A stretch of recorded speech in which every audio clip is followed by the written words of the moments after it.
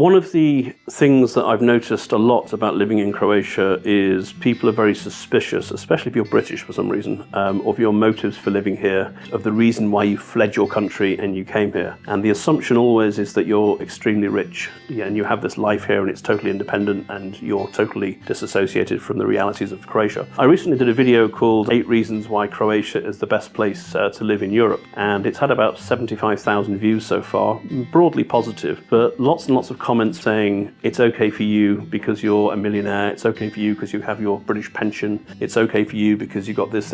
And the idea that I could be a foreigner who lives here and gets by day to day is just totally impossible, because why would you live in Croatia when you could live somewhere else? Because life here is so tough. And the reality of life is I came here in 2002 when I was 24. There was more money in my bank account when I was 24 than there is today. I definitely work harder today than I did back then, and I definitely wouldn't swap what I have today for what I had back then.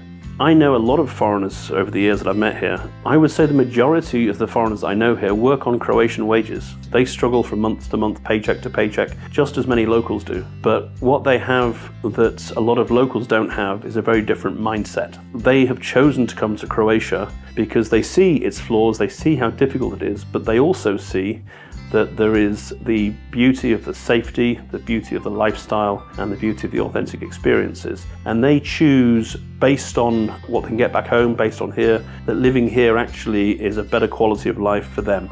I went to a very exclusive boarding school when I was young, and one of my best friends from school, I hadn't seen him for 25 years, and he contacted me out of the blue and he said, I'm coming sailing, I'm going to be 2 weeks in Croatia, I'm coming to the island of Hvar, it'd be great to meet you. So we met in Stari Grad, and I hadn't seen him for 25 years, and it was great to see him when we caught up, and we eventually talked about our lives and how successful or unsuccessful we were. And he was doing really, really well. He was an accountant and he had his own business. He worked in London. He had a house an hour outside of London.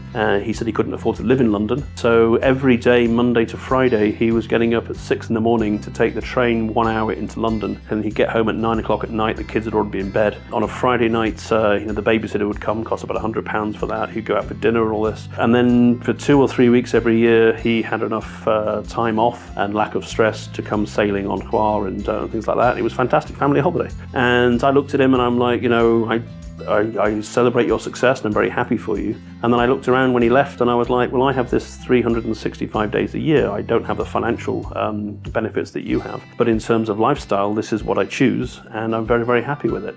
And so to answer the original question, is it really true that all foreigners living in Croatia are really rich? I would say yes, because they've got the mindset and the mentality to appreciate what there is here and the knowledge that money isn't everything.